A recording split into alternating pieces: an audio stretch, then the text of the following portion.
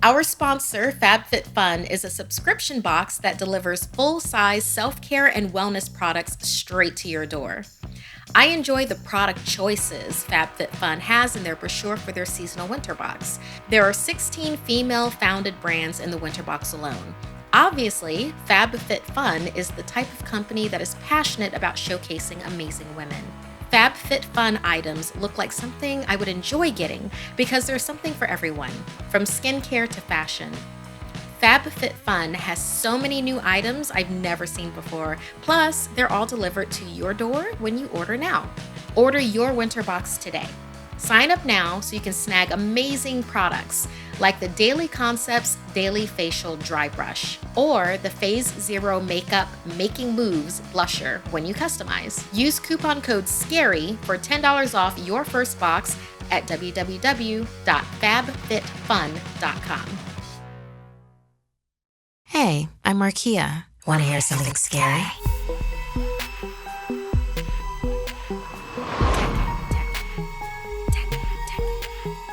Who doesn't want to unwind and relax after a long day of schoolwork? We like to think we have all the time in the world until we don't. Not unlike the two girls in this story. Makoto and I had just finished our long school day when we arrived at the train station. We weren't able to beat the rush, and the packed train took off without us. I checked my phone to see if there would be a later train we could take home. The service was spotty as the two of us stood on the empty train platform. A sudden chill ripped through the tunnels, and I noticed Makoto pull her coat close. "It's not safe in Osaka after dark, Eiko. My neighbor said he saw an ondeo when he took a late train home," Makoto explained. When I asked her what an ondeo was, she said that it was a vengeful spirit that lurked in the space where they died. They were known for attacking others indiscriminately in the same way they were killed. I turned to Makoto to laugh along with what I thought was a joke, but her grim features froze my breath in my throat. The sky darkened as I stared at her, and a prickling sensation made me shiver. I checked my phone to see if the train schedule updated with the time on the last train. The estimated wait time was now listed as 10 minutes. "Maybe your neighbor was just trying to scare you," I assured. That's when we heard in the distance a scraping noise to call out my doubt. "Teke, Teke." "We are not alone," Makoto insisted. On the edge of the platform, closest to the tunnel, I saw the tip of a metal hook be pulled behind a pillar. "Could be just a custodian. Maybe we should ask them for help?" Makoto grabbed my wrist and held me back. "Shh, there's something I have to tell you." Another gust hit the tunnel, and we saw wisps of long hair whip around the pillar, revealing what looked like the figure of a woman slouched beside it. "Where did she come from?" I asked, ignoring Makoto. She did look strange, slouched that way with her hair covering her face.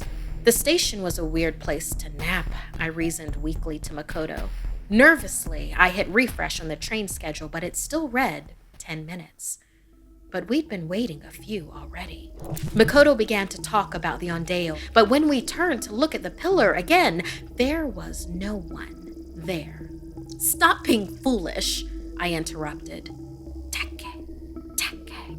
The sound was closer, like someone was bouncing a metal rod on the pavement. Makoto backed up in fear. She pointed behind me. I whipped around. Something was scuttling towards us. It carried a long object behind it. My uncle said it carried a large blade," Makoto muttered. The object it carried hit the ground as if responding to the story with this ominous noise. "Teke, Teke." The lights above us began to flicker, and we could see the figure now as it propped itself on the scythe it carried. Her hair was blown back by another gust of wind.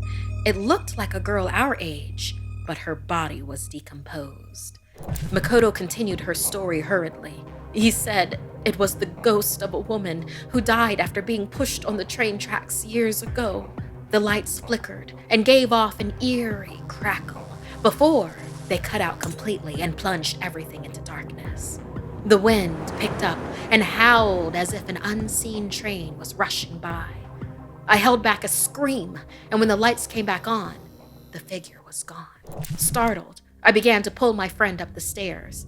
"I'm calling my parents to get us," Makoto pleaded. "Please, Eiko. She was cut. Hang on," I said as I dialed my mom, but on the other end of the line, I heard the noise at my ear. "Teke, Teke. We have to get out of here," I said, turning to Makoto. She looked like she was about to say something, but no words came out of her mouth, only blood. Her grip on my hand loosened and she fell. But before me, her legs still stood. My vision blurred as I saw her torso land and her face looked up at me from the ground. In a state of shock, I noticed that the blood began to frost over from the cold. Makoto still blinked as she choked. I barely let out a gasp when I heard it again. "Teke, Teke." It was the Ondeo, rising its scythe as it appeared next to my friend. "I am the Teke Teke, the very schoolgirl who was accosted as the last train left the station. I ran for help, but was pushed onto train tracks as the train took off. No one responded to my cries as my assailants got away. They just averted their eyes. The train sliced me in half, leaving my body in the severe cold that just froze me in an agonizing slow death. I grabbed a metal plate and hit the tracks over and over, ignored until I became an Ondeo, with my scythe made of the very metal of the tracks I died on, destined to do unto others as was done unto me if they didn't share my story, it said, then pointed to my friend. "But Makoto did. She just told me," I cried. "You didn't let her finish. Because you did not listen, her fate was sealed. Now it's up to you."